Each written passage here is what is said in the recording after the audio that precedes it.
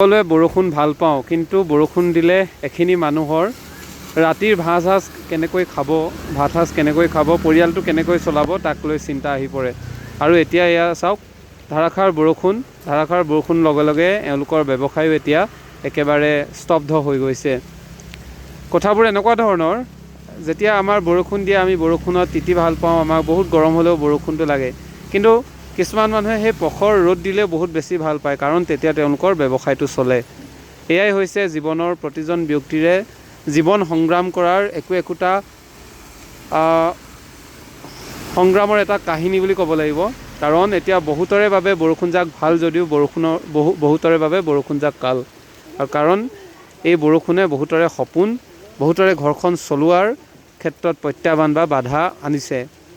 এতিয়া চাওক, গৰম অহাৰ লগে লগে কুঁহিয়াৰ উৎপাদন বৃদ্ধি হৈছে, কুঁহিয়াৰ ৰস খাবলৈ সকলো দৌৰি আহে। কিন্তু এই বৰষুণজাক হঠাৎ যি বৰষুণ আহি গ'ল আৰু ইমান বেছিকৈ দিছে বৰষুণ, আৰু যদিহে বৰষুণ দি এৰি আকৌ ৰ'দ দিয়ে তেতিয়াও একো নাই, ব্যৱসায়ীসকলৰ চিন্তা নাই। কিন্তু এনেকৈ যদি বৰষুণ দিয়ে থাকে তেনেহ'লে এই ব্যৱসায়ীসকল চাওক, কুঁহিয়াৰ ৰস বিকা বা তাৰ সমান্তৰালভাৱে যি ধৰণৰ ৰস বিভিন্ন ধৰণৰ জুচ বিক্ৰী কৰা সেই লোকসকলৰ অৱস্থা কি ধৰণৰ হয়।